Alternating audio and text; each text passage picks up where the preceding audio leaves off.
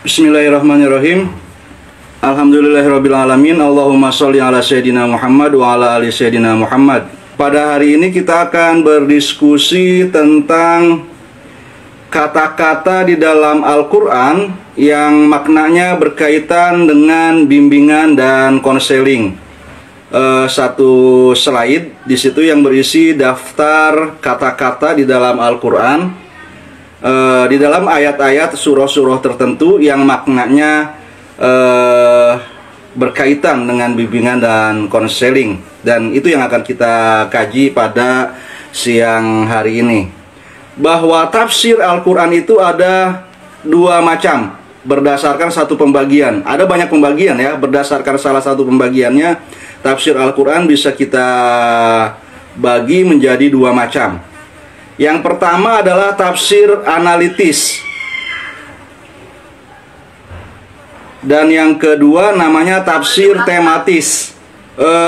Tafsir analitis disebut juga dengan tafsir tahlili. Yang kedua, tafsir tematis disebut juga dengan tafsir maudhu'i.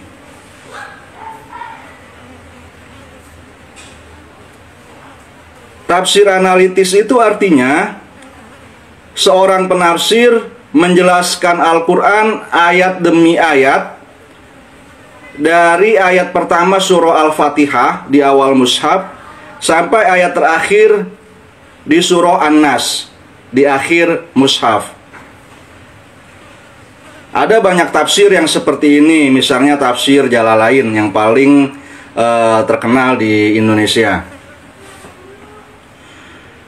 Kemudian yang kedua, tafsir maudhu'i. Maudhu itu artinya tema, makanya dia disebut tafsir tematis. Artinya sang penafsir pertama-tama dia menentukan tema apa yang ingin dia kaji, yang ingin dia jelaskan. Untuk mata kuliah kita ini sudah kita tetapkan pada pertemuan ini, yang ingin kita kaji adalah pengertian bimbingan dan konseling.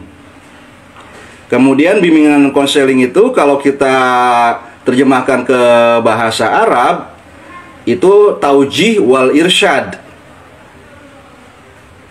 Taujih berasal dari kata wajjaha yuwajjihu taujih. Irsyad berasal dari kata arsyada yurshidu irsyad. Itu. Jadi paling tidak dua kata itu yang kita cari pertama-tama di dalam Al-Quran. Kemudian selain kata-kata itu, penafsir juga bisa mencari kata-kata yang lain, dan itu yang kita lakukan.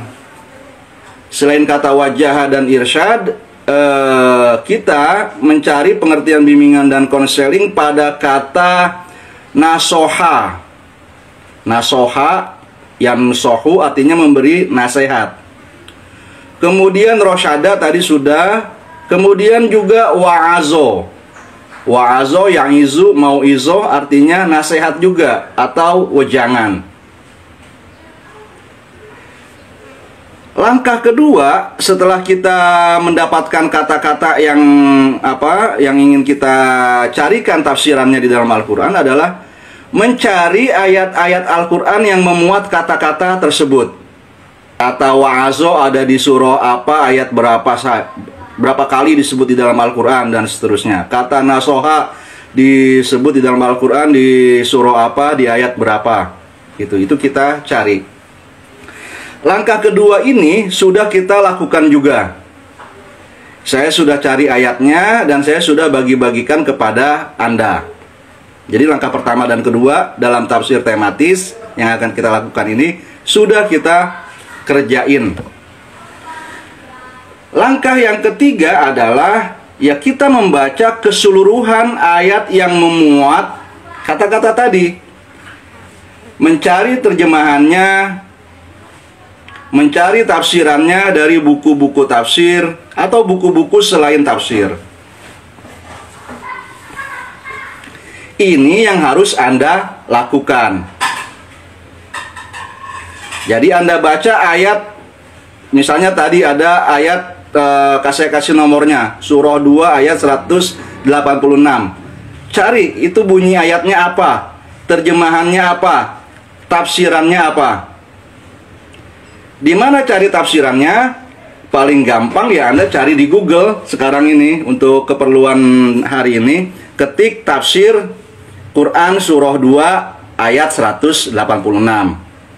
Angka yang keempat terakhir, ini juga harus Anda lakukan.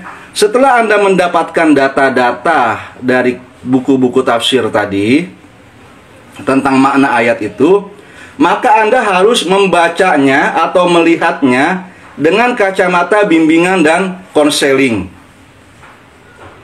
Kata nasoha misalnya di situ yang menjadi penasehatnya siapa? Yang dinasehati siapa? Respon orang-orang yang dinasehati bagaimana? Nah, Anda bahasakan misalnya dengan bahasa konseling, pembimbing dan konselornya adalah para nabi. Klien dan konselingnya adalah umat nabi itu. Respon para konseli adalah justru mengejek para nabi yang menjadi konselor mereka. Nah, itu yang harus Anda lakukan.